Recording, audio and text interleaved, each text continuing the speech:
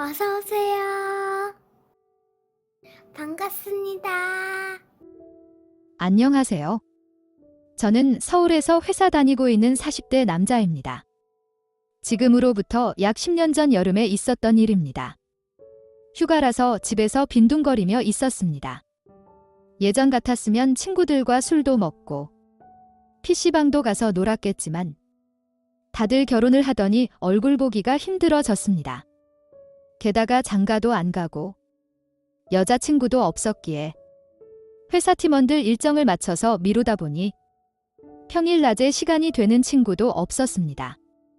그렇게 별 의미 없이 휴가를 보내던 중에 한 인터넷 글을 보고 처음으로 만남 어플을 설치하게 되었습니다.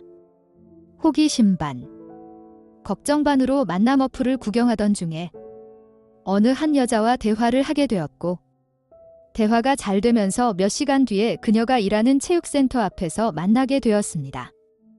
만나자마자 커피를 마시면서 이야기를 나누었습니다. 나름 대화는 잘 통했지만 그래도 처음 만나는 자리인데 아무런 화장도 없이 생얼로 나왔고 얼굴이 예쁘거나 피부가 좋았으면 이해라도 되었겠지만 얼굴에 죽은 깨인지 기미인지 지저분했습니다. 그래서 커피만 먹고 헤어질 생각을 하고 있었는데 그녀는 자기가 맛있는 밥을 살 테니 저녁에 저보고 영화를 보여달라고 하였습니다. 맛있는 밥을 얻어먹고 영화를 보여주는 거라면 손해볼 것도 없고 저도 보고 싶었던 영화라서 같이 시간을 보내고 집으로 왔습니다. 헤어진 이후에도 계속 그녀에게 연락이 왔고 끝낼 생각을 하면서도 무언가에 홀린 듯이 저도 그녀에게 계속 연락을 하고 있었습니다. 이튿날 저녁에 술 한잔하기 위해서 그녀를 다시 만났습니다. 그 전에 볼 때 운동복 차림에 완전 생얼로 만났는데 그날은 샤랄라한 원피스 차림에 완전 풀메이크업으로 만났습니다. 보자마자 원래 이렇게 이쁜 사람이었나 싶었고 저도 모르게 그날보다는 더 적극적으로 말을 걸었습니다. 그런 제 모습에 당황을 했는지 그날과 다르다고 하였습니다. 말도 안 되는 핑계를 대며 피곤해서 그랬을 뿐 다른 건 없다고 하였습니다. 적당히 술을 마시고 나왔는데 유독 커피를 좋아했던 그녀와 카페를 가게 되었습니다.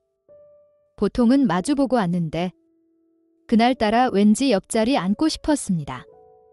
잠깐 당황하는 것 같더니 나쁘지 않았는지 오히려 저한테 팔짱을 끼면서 다가왔습니다. 손을 꼭 잡고 이야기를 하다가 한참을 고민한 끝에 그녀의 허벅지에 제 손을 가져갔고 또 한참을 고민을 하면서 쓰다듬었더니 갑자기 그녀가 카페를 나가자고 하였습니다. 너무 섣부르게 행동한 것 같아서 스스로 자책하고 있는데 그녀는 가까운 모텔을 가리키면서 가자고 하였습니다. 모텔에 들어가자마자 누가 먼저라고 할 것도 없이 바로 뜨거운 시간을 보냈습니다. 그런데 평소와 다른 경험을 하였습니다. 왜 여자들이 운동선수들을 좋아하는지 충분히 알 것 같았습니다. 그녀가 어렸을 때부터 시작해서 몇 년 전까지 수영선수를 하다가 현재는 수영 강사를 하고 있는 것은 알았는데 이렇게 대단할 줄은 몰랐습니다. 부드러울 때는 엄청 부드럽다가도 힘을 줄 때는 뽑힐 것처럼 대단했습니다. 시작부터 끝까지 그녀의 리드로 뜨거운 시간을 보냈는데 진공청소기랑 하는 줄 알았습니다. 아무리 버티고 노력을 해도 평소보다 엄청 짧게 끝이 났습니다. 그런데 그녀가 곧바로 또 뜨거운 시간을 보내자면서 다가왔고 짧은 시간 때문에 자존심이 상한 건지 처음 겪은 신세계 때문인지 모르겠으나 피곤한 것도 잊은 채 5번이나 연속으로 뜨거운 시간을 보냈습니다.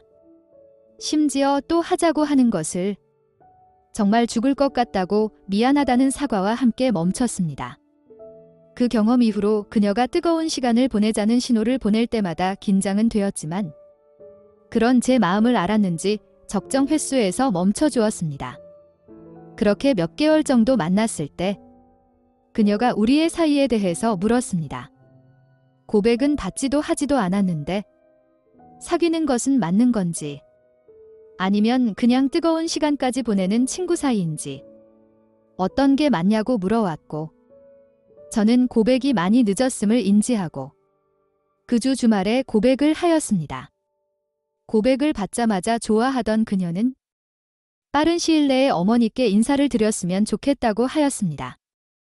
사귀자마자 어머니께 인사를 드려야 한다는 그녀의 말에 의아해하긴 했지만 저도 이미 그녀와 결혼을 생각하고 있었기에 알았다고 하였습니다. 그래서 다가오는 설날에 찾아뵙기로 그녀와 약속을 하였습니다. 하지만 설날이 되기 몇 주 전에 펑펑 우는 목소리로 그녀에게 전화가 왔고 좀 전에 병원에 계신 그녀의 어머니께서 돌아가셨다고 하였습니다. 그녀와 기본적인 것들만 알고 매 데이트마다 밥 먹고 술 먹고 영화 보고 집에서 뜨거운 시간을 보내는 것 외에는 그녀에 대해서 아는 것이 없었습니다. 가끔 시골에 다녀오는 것은 알았지만 어머니가 아프시고 오랫동안 입원해 계신 줄을 정말 몰랐습니다. 빨리 어머니께 인사를 드렸으면 좋겠다고 그녀가 말을 할 때 물어보지 못한 제가 너무 원망스럽고 그녀에게 너무 미안했습니다.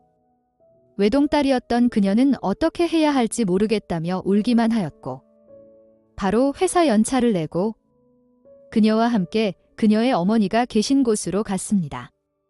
너무 늦게 와서 죄송하다는 인사와 평생 그녀를 지켜주겠다는 약속을 한 뒤에 장례 준비를 시작했습니다.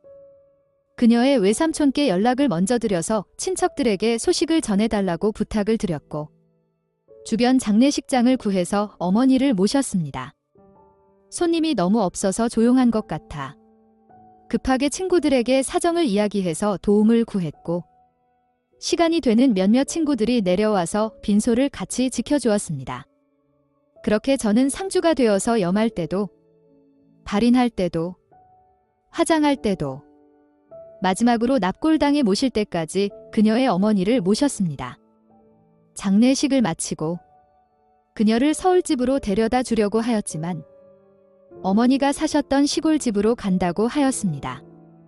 혼자서 우울하게 있는 것이 마음에 걸렸지만 더 이상 연차를 내고 회사를 쉬는 것이 눈치가 보이는 상황인지라 주말에 다시 내려올 테니 잘 챙겨 먹고 푹 쉬라고 하면서 죽도 만들어 놓고 먹을 것도 사다 놓은 뒤에 저 혼자서만 서울로 올라왔습니다.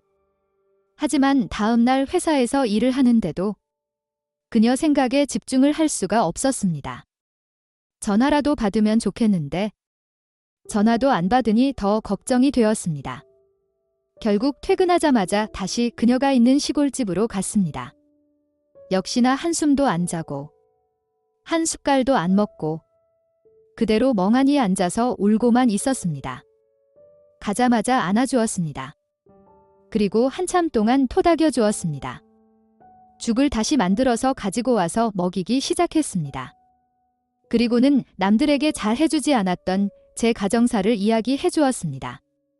아버지란 사람은 제가 어렸을 때 다른 여자와 바람이 나서 집에 전 재산을 가지고 도망을 갔고 엄마와 둘이서 살다가 제가 군대에 있을 때 교통사고로 돌아가셨다고 말해 주었습니다.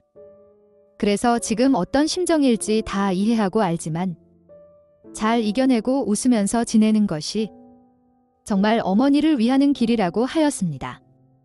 그녀는 고맙다며 저를 다시 안았고 그날 새벽에 돼서야 그녀와 함께 서울로 올라왔습니다.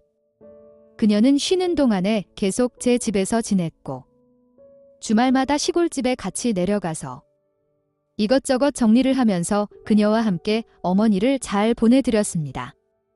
그러다 보니 벚꽃이 피는 계절이 되었고 저희는 조용히 결혼식을 올렸고 현재 제 두 딸의 엄마이자 세상에서 가장 사랑하는 제 아내가 되었습니다.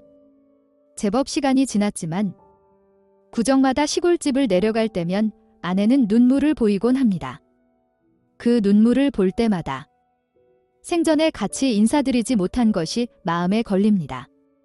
언젠가 시간이 지나서 아내와 천국에 가게 되면 꼭 인사드리고 싶습니다. 오늘의 사연은 여기까지입니다.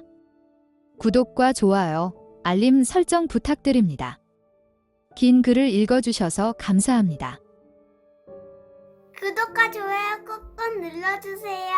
꾹꾹. 알림 설정도 꾹꾹 눌러주세요.